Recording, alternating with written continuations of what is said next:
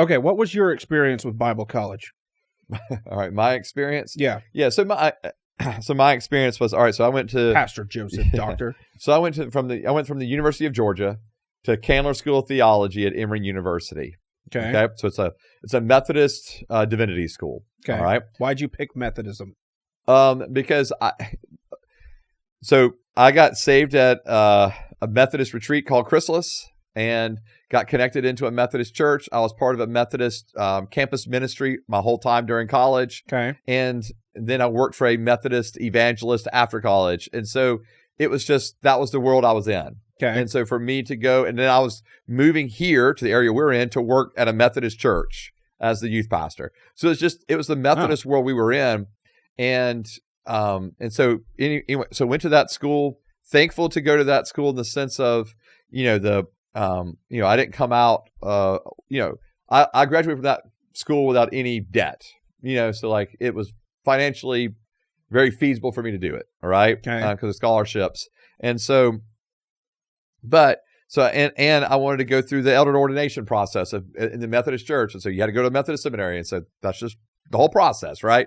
But my experience there was pretty tough, if I'm being honest. Like, because as I said before, I had professors, majority of my professors did not believe the Bible was the inerrant, infallible word of God. And so that made it difficult at times for me because I was coming from a very evangelical perspective of, the Bible's inspired, every word is true. I wasn't a fundamentalist in the sense of I didn't believe in a literal interpretation of everything, but I was evangelical in the sense of, but I believed all of it was true and therefore inspired, inerrant, and infallible. And so it made that was a conflict in of itself at times with my professors. With my fellow students, majority of them were not evangelical at all. And so most of them leaned pretty heavy toward the liberal end. Not necessarily, some were progressive, but not as much as you would find there today. Like if you went to the same school today, a lot are progressive. Where at my point when I was there, they were more liberal. There's a difference. And so for the liberal, they may not believe the Bible is all true. And they may not believe that even Jesus is the only way. They may not believe Jesus is the only way, but they still hold to the fact that, but that Jesus is God. We're going to worship him. He did die. He did rise. And so a lot of them held to, I say not Jesus is the only way. That's probably not the right way to phrase it. More like Jesus was the way for everybody. It's like he created a universalism in a way because everyone now is saved through his death. Okay. And so that was kind of the world I was in. And so that made it difficult, although there were individuals that very much believed Jesus was not the only way you could worship, Buddha, Muhammad, or not Muhammad, but Allah. And so there was very much it was a very different environment for me from where I was coming from.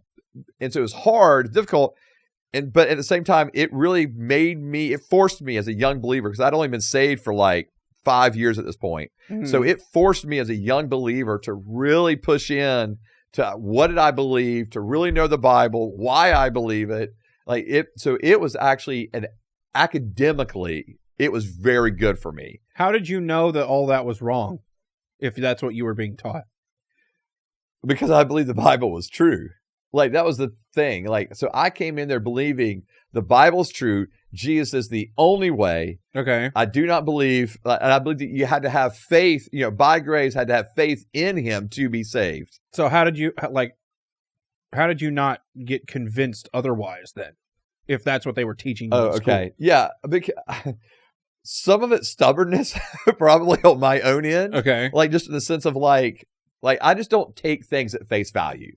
Right? So if you say something to me, I do. Yeah, right. Mr. Skeptic to the nth degree over here.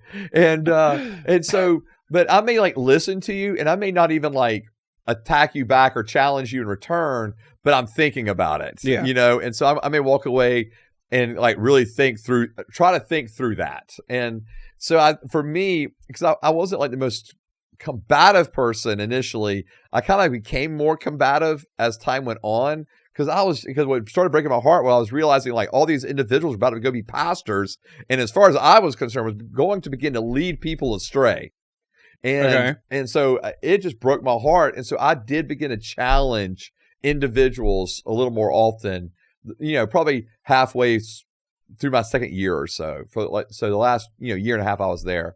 Because it was a 3-year program, like 88, 89 credit hours, something like that. Okay. So it's a full 3-year program, and it was rigorous. I mean, the educational component of it was rigorous. But I also enjoyed it. I also liked digging into understanding the culture of the ancient Near East and understanding the perspectives. And it was helpful to understand the perspectives of individuals that thought differently than I did, and for me to have to wrestle with those. So one, I was, stubborn in the sense I just don't take everything at face value. But then two, I just kept coming back to going, but the Bible's got to be true.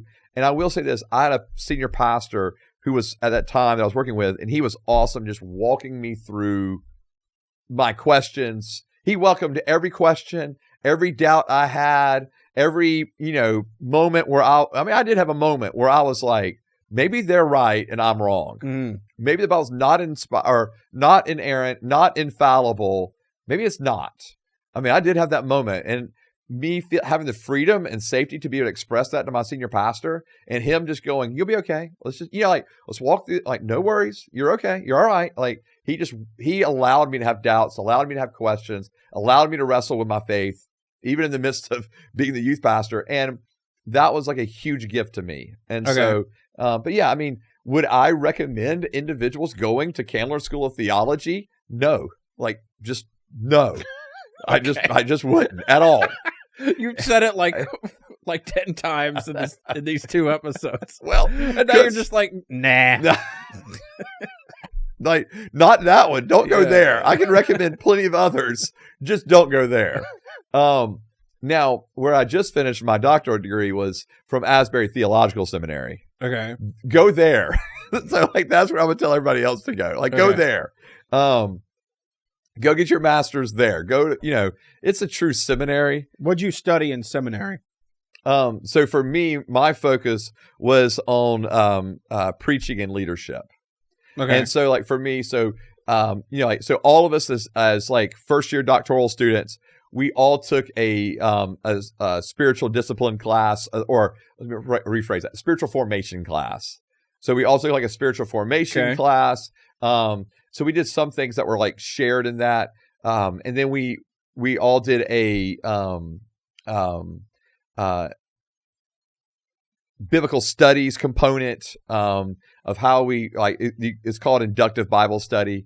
And so like how to actually like do deep exegesis from a different perspective than a very different perspective than what I was taught in theology school. And so the way I was taught in theology school was a very deductive manner. It was very, all right, we're going to look at it, examine it just based on just like fact, where the inductive manner looks at the Bible as literature. So you consider the genre, and then you're really examining just the wording, the way it's worded. It's almost like a literary approach in some ways. But you're understanding that literary approach from the same context you're understanding this deductive approach, or more like a historical fact approach, where you do understand historical context and this kind of thing. So it was kind of like I was able to take this side and allow it to support the inductive part, where I was learning and leaning into understanding the literary parts of Scripture, the way it was written, how it was written,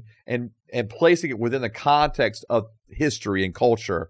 And so it was pretty amazing, if I'm being honest. It was really genuinely like I was learning to read the Bible all over again. Like it was amazing for me, and still is. I'm still reading the Bible the same way through those lenses, and it's just different, and it's been life-changing for me. And so there was that, but then obviously with my emphasis on preaching and leadership, a lot of it was on preaching and leadership, and so the leadership components were largely dealing with things like adaptive leadership. And so In other words, or change leadership. People may know it as that. Okay. And so it wasn't like an organizational leadership component.